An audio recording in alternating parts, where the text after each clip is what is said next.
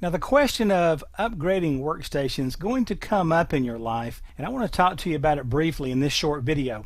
Right now, at the time that I'm making this course, Workstation 8 is the current version. Now, this one was released in September 2011, and generally, a new version has been released by VMware roughly annually. If you go back to 2001, if you look at the history of the product, it'll slide maybe out from 12 to maybe 18 months every once in a while, but generally about every new calendar year at some point in that year you get a new version of Workstation. Now generally this is not a big deal. Workstation 8 was a pretty significant upgrade from the prior ones, and they just kind of edge forward progress a little bit. You don't see any great leaps here. Now there's one thing you need to understand. Depending on when you purchase Workstation, your first upgrade might be free. Now if you purchased Workstation recently in relation to the time that an upgrade comes out, generally this is around 90 days or so, they will provide you that upgrade for free. So kind of watch for this. And even if you can't get it for free, it's generally $80 to $100 average for the upgrade version, to upgrade your version to go from 8 to 9 or whatever's next. Okay, that's what it's historically been. Now one thing I would tell you, quite honestly, don't pay the full price for the upgrade. You can look around on websites, you can look around on VMware site, but from time to time they put these things on sale and they'll mark them 25-30% off. So just kind of keep an eye on that. Now the price is not a big deal necessarily. It's well worth the money usually, but there is something you need to be aware of, and this happens all the time. Microsoft's famous for this with their service packs,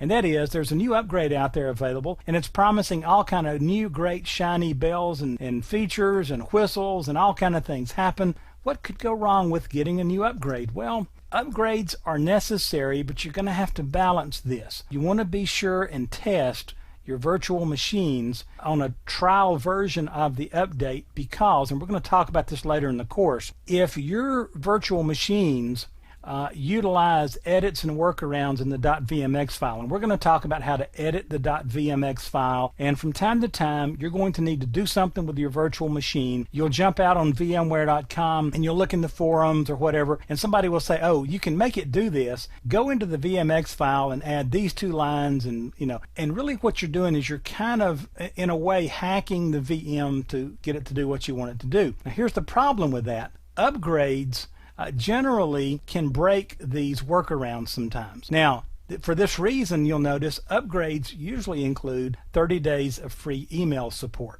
Now, yeah, you've got free email support, but if your virtual machine's having a problem for, say, the first 7-8 days after you upgrade, this is generally, the free email generally doesn't make anybody feel any better. So what you want to do is download the trial version of the upgrade, clone one of your virtual machines, move it over there, try it, just make sure that it works, make sure that if you've got any edits, workarounds in your VMX file, that your virtual machine is still working. If it's not, then going in, you might want to go ahead and purchase the upgrade and then start emailing and saying, hey, what else? You can also look in the forum out there on VMware and see issues everybody else is running into and what the fixes are there. So anyway, upgrading is good. You're going to get lots of upgrades in Workstation. They're very, very aggressive about improving the product year over year over year, but just keep in mind it can introduce little challenges to you, but if you'll think ahead and manage them, it's not going to be a big deal for you.